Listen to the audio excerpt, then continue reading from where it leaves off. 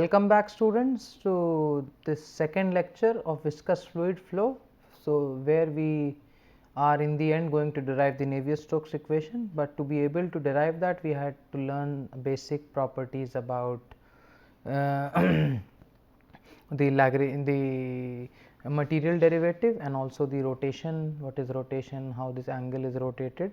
So, we started from basics and until now we have derived that the rotation per unit time is given in a vector form as this. That was where we concluded in the last lecture. So, we will continue now. Okay. So, this is there is a term called the vorticity. Okay. So, the vorticity of the fluid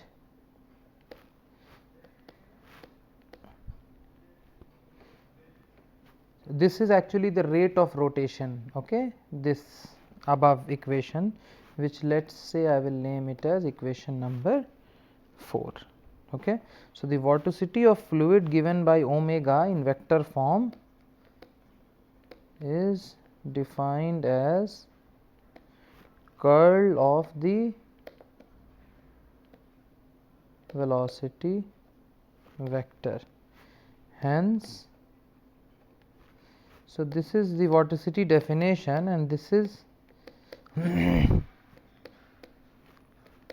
so if you see our angle of rotation here is half of the vorticity. It is actually half del cross V and vorticity is actually twice of that, right.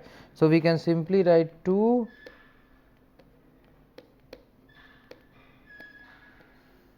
so this is another important result which we have proved that vorticity is twice because the rate of rotation we already derived and found out to be half of the curl, okay, of the curl of the velocity vector. So, we will go to the next page to continue. So, you know already for irrotational flow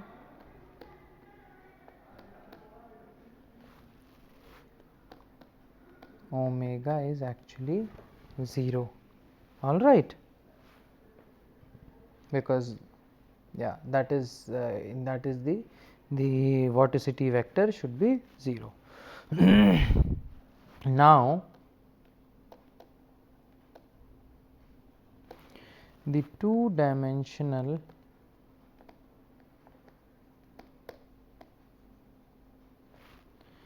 shear strain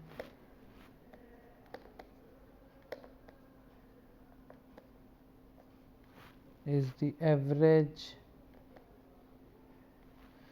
decrease of the angle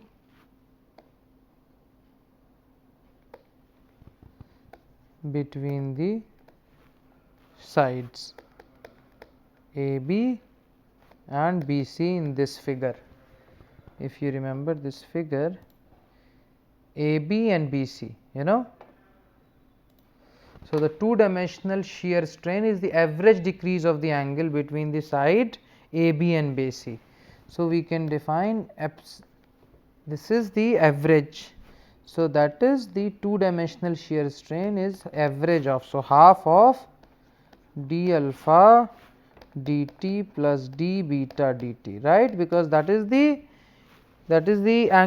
decrease of the angle, or in other forms we get del v del x, because d alpha dt was del v del x and this was del u by del y, all right. Similarly, two other components of this is actually shear strain rate, okay.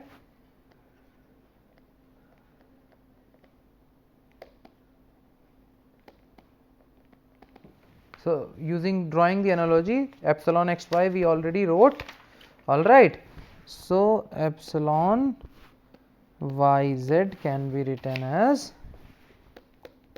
same way, half del w del y plus del v del z, and epsilon zx is equal to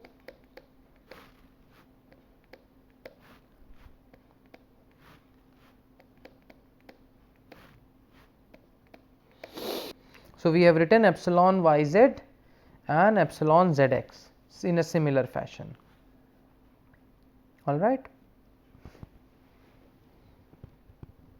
So I'll go to the next page.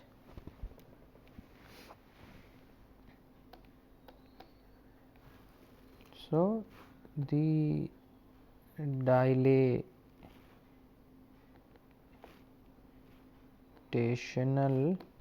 dilatation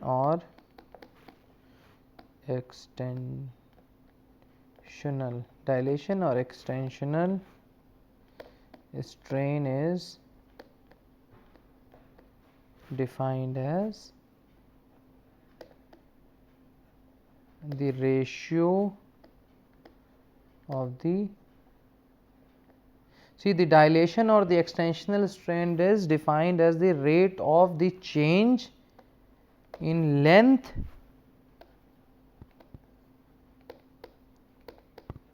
to the original length, right. This is a sort of a similar definition you would also remember from your thermodynamics class in class 12th, right. So along x direction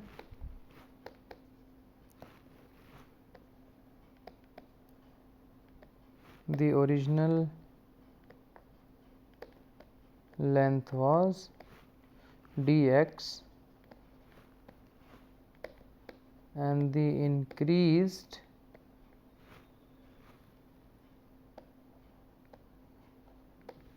length at time t plus dt is, which you, if you look at that diagram, you would see del u del x into dx dt. Hence the change in length is del u del x into dx dt, all right. This implies the rate of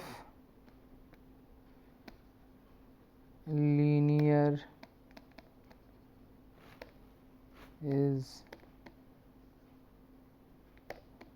given by, right, that was shear and this is linear, del u by del x into dx dt divided by dx dt implied del u del x. So epsilon xx is del u del x. Similarly,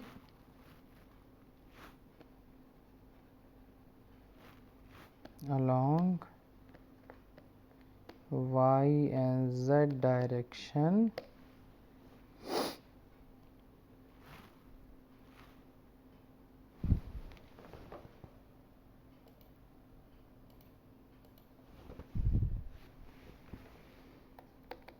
epsilon yy can be written as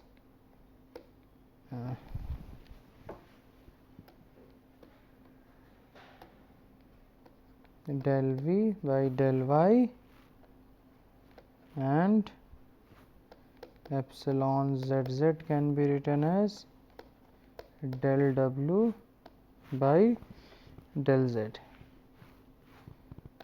So the extensional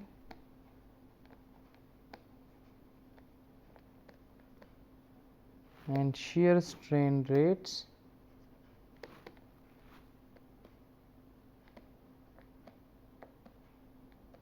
taken as together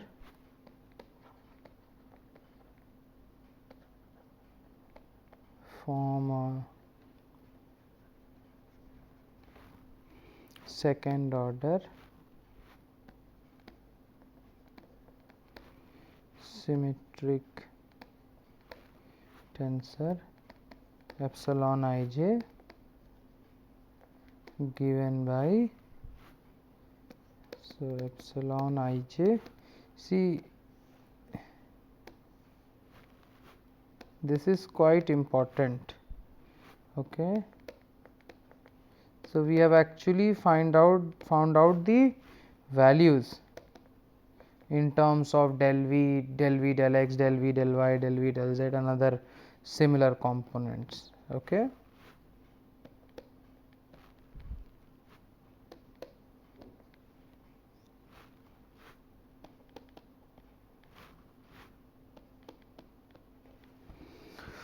All right. So, what we have done here, we have written the total shear strain rates, and we have found out that epsilon xx was del u del x, epsilon yy was del v del y, epsilon zz was del w del z, and similarly we also found out the shear epsilon xy, epsilon yz and epsilon zx, half of del v del x plus del u del v del y, del u del y. So, these are the relations which we have been successfully able to find. So, in the next lecture, so I think this is the point, is a good point to start to end the lecture today, and in the next class we will start by deriving some of the equations, starting with the equation of continuity and then going to momentum, proceeding to Navier-Stokes equations.